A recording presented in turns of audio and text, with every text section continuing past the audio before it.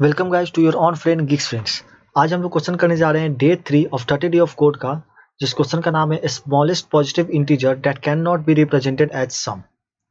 आप इस क्वेश्चन को एक बार पढ़ लेना, मैं आपको डायरेक्ट समझाता हूँ कि क्वेश्चन कहना क्या चाह रही है। ठीक है,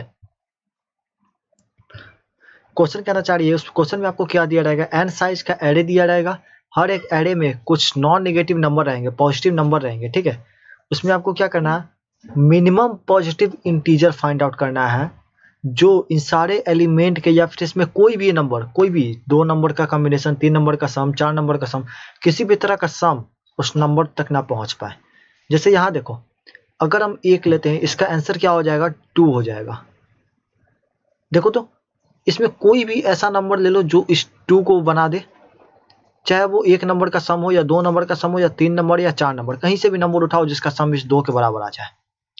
देखो तो 1 नहीं है, और देखो तो 3, कोई 2 तो इसमें है ही नहीं कोई, यानी कि अब 2 नंबर का सम लेते हैं, 1 फिर 3, कितने आ गए, 4 नहीं हो रहे हैं, 11 12 फिर 1 और 6 7 नहीं आ रहे हैं ना, यानी कि 2 हमारा मिनिमम नंबर ऐसा है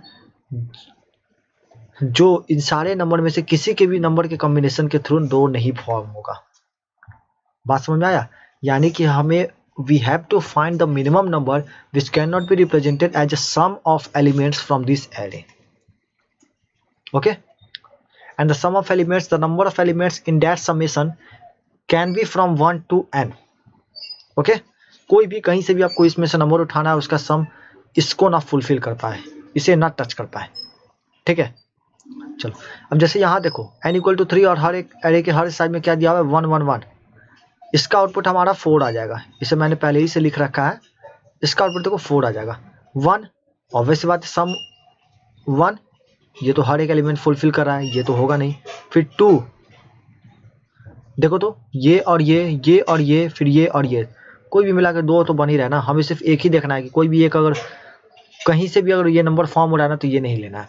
फिर 3, आपको तो साफ साफ पता चल ही रहा होगा कि तीनों एलिमेंट मिला के 3 बन ही रहे हैं, नहीं होंगे, यानी कि फाइनली 4। हमारा मिनिमम नंबर क्या हो गया, 4, यानी कि हमारे आउटपुट क्या हो गया, 4। ठीक है, आई होप आपको क्वेश्चन समझ में आ गई होगी। अगर आपको समझ में आ गई होगी तो please first try to by yourself, approach सोचो कि क्या होगा, और एक बार पहले खुद से ट्राई करो, चाहे वो ब्रूट फोर्स ही क्यों ना हो, जैसे भी क्यों ना हो। ठीक है, चलो अगर आपने सोच लिया हो तो मैं आपको डायरेक्ट इसका अप्रोच बताता हूँ क्या है। हम लोग पहले क्या करेंगे ना, कि सपोज करो कि ये एरे हमारा दिया हुआ है 1 10 3 11 6 5। मैंने इसे पहले सॉर्ट किया, जिसमें क्या दिया हुआ है 1 3 5 6 10 11। ठीक है, सॉर्ट कर दिया। अब हमें पता है कि सबसे जो मिनिमम जो नॉन नेगेटिव नंबर है वो हमारा क्या होता है, 1 पॉजिटिव इंटीजर। चलो मैंने टारगेट T4 टारगेट है, टारगेट में 1 ले लिया। अब मैं क्या कर रहा हूँ, यहाँ से ट्रेवर्स कर रहा हूँ इस इंडेक्स से, और इसे देख रहा हूँ क्या ये अगर इंडेक्स अगर टारगेट से छोटा या इक्वल है तो क्या हो जाएगा, हम लोग इसे रिजल्ट में ऐड कर देंगे और टारगेट में 1 जोड़ देंगे। ठीक है, सिंपल सी बात समझो कि मैं यहाँ तक पहुँचा हूँ, यहाँ तक का एलिमेंट जो है ना वो हमारा सम है, यानी कि x है। इन सारे एलिमेंट का ये जो है ना सम, ये हमारा एलिमेंट का सम हमारा x दिया हुआ है। ठीक है, और हमारे पास अगला एलिमेंट, तो हमारे पास अगला मिनिमम एलिमेंट कौन सा हो जाएगा, x प्लस 1, क्योंकि हमें मिनिमम एलिमेंट फाइंड करनी है, तो x के बाद सबसे मिनिमम एलिमेंट x प्लस 1 ही होगा। ठीक है, अब देखो अगर ये टारगेट x, नेक्स्ट एलिमेंट जो है ना x, यहाँ तक पहुँचे, इसका मतलब क्या है कि हमारे पास अभी तक बीच में x प्लस 1 से पहले कोई भी ऐसा नंबर नहीं है जो इन सारे नंबर के किसी भी थ्रू से बच जाए, यानी कहीं ना कहीं फॉर्म हो रहा है 1 to x तक, तो x प्लस 1 लिया। अब ये एलिमेंट सपोज करो कि x है। अब 2 ही केस हो सकते हैं, या तो ये x इससे बड़ा होगा या लेस देन इक्वल टू होगा ना, 2 ही केस हो सकते हैं। सपोज करो कि ये जो हमारा कैपिटल x है ना, ये इस टारगेट एलिमेंट यानी t equal to x plus 1 से कैपिटल है, बड़ा है।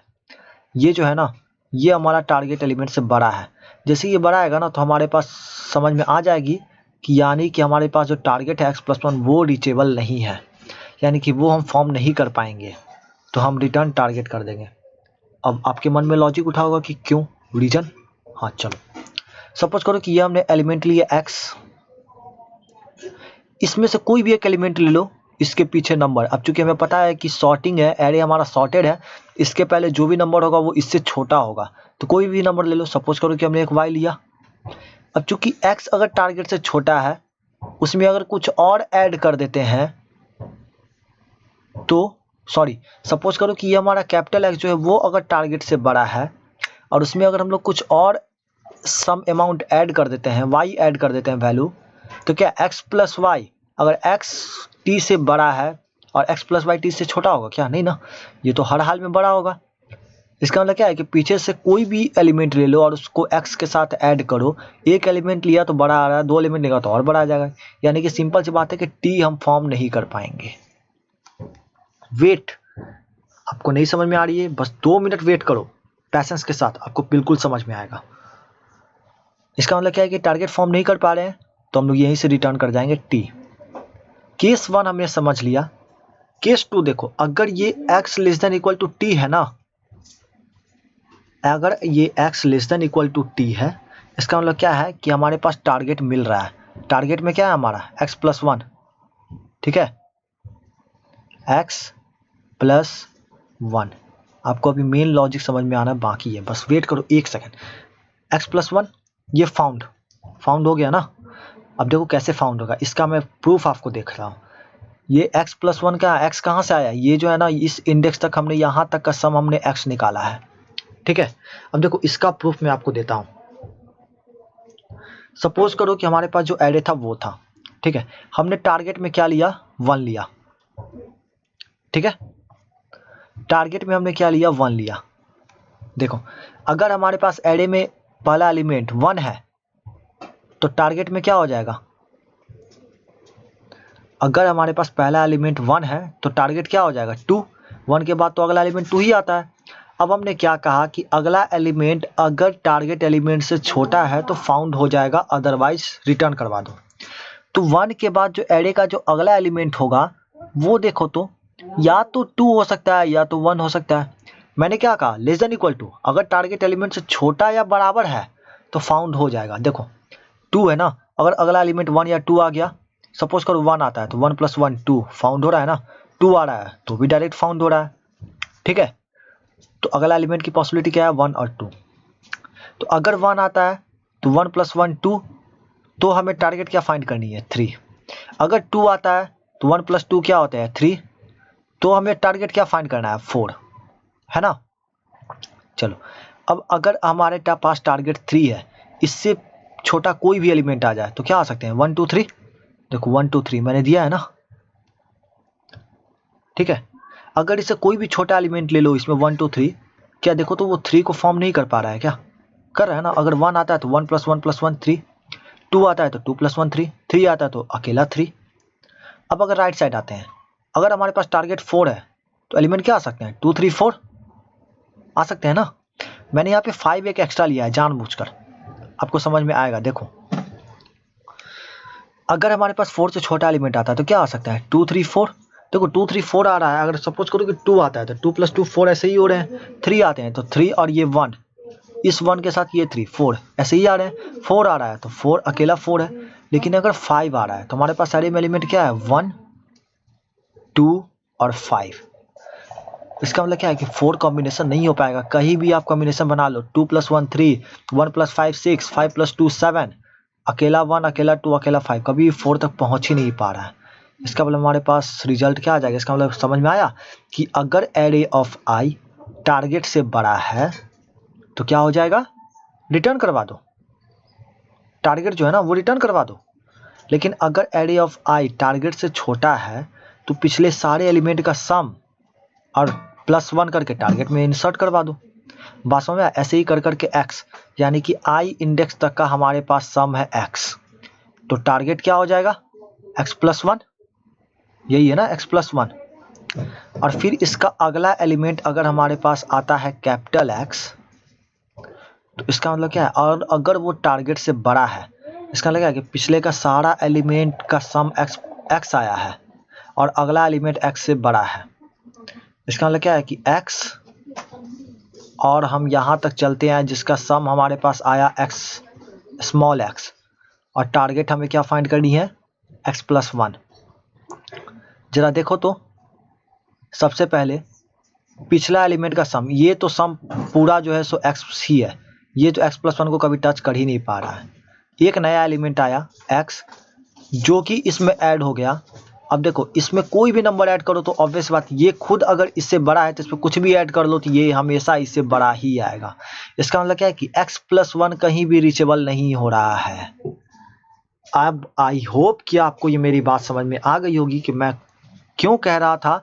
इसके दो केस होंगे और दोनों केस में सिंपल यही होगा कि अगर नेक्स्ट एलिमेंट टारगेट से बड़ा है तो टारगेट रिटर्न करवा दो, नहीं तो पिछले एलिमेंट का सम +1 टारगेट में डाल दो। और ऐसे ही करके हमें कहाँ तक जाना है, एंड तक चलना है। बात समझ में आई? चलो देखो अब आपको लॉजिक समझ में आ गई होगी। तो try to be code by yourself. पहले आप खुद से ट्राई करो, खुद से जब आप पूछो, अगर खुद में अगर आपको समझ में आ गया होगा तो बहुत बढ़िया, खुद से कोड हो जा रहे हैं तो बहुत बढ़िया, नहीं आ रहे हैं तो आप रिज्यूम करें। पहले आप खुद से ट्राई करो कोड करने का, ठीक है। चलो अब आते हैं कोडिंग पार्ट में। कोडिंग पार्ट में देखो मैंने क्या करा, सिंपल टारगेट में 1 लिया है, रिजल्ट में 0, ठीक है। चलो अब मैंने क्या करा, सॉर्ट कराया है। अब ये सॉर्ट जो रही है ना, इसका time complexity O of log n है, ठीक है, O of n log n है, ठीक है। अब देखो मैंने क्या करा, एरे ऑफ i 0 है ना, हर एक एलिमेंट को देख रहा हूँ टारगेट से अगर वो छोटा है ना, इसका मतलब क्या है कि वो टारगेट रीचेबल है। तो रिजल्ट में क्या कर रहा हूँ, टारगेट उस एलिमेंट को सम कर रहा हूँ, पिछले सारे एलिमेंट को रिजल्ट प्लस करते जा रहा हूँ, और टारगेट में क्या कर रहा हूँ, उस रिजल्ट का जस्ट नेक्स्ट एलिमेंट रिजल्ट +1 देते जा रहा हूँ। और अगर ये छोटा नहीं है, लेस देन इक्वल टू नहीं है, और अगला एलिमेंट अगर कैपिटल X टारगेट से बड़ा है तो रिटर्न टारगेट। बात समझ में आई? सिंपल है, पहले एरे को सॉर्ट कराया, टारगेट में 1 लिया, सबसे छोटा पॉजिटिव नंबर 1 होता है, और मैं देख रहा हूँ कि अब 1 से छोटा या बराबर कोई एलिमेंट है। और चूंकि हमें पता है कि एरे का जो हर एक एलिमेंट जो है ना, जैसे यहाँ देखो, यहाँ कंस्ट्रेंट में वो 1 से बड़ा या ग्रेटर देन इक्वल टू, यानी कि अगर ये कंडीशन फिल होता है, इसका मतलब क्या है, 1 है अवेलेबल, तो हम टारगेट रिजल्ट में क्या करेंगे, 1 ऐड कर देंगे और टारगेट में क्या आ जाएगा, रिजल्ट +1 यानी कि 2। अब 2 चेक करेंगे।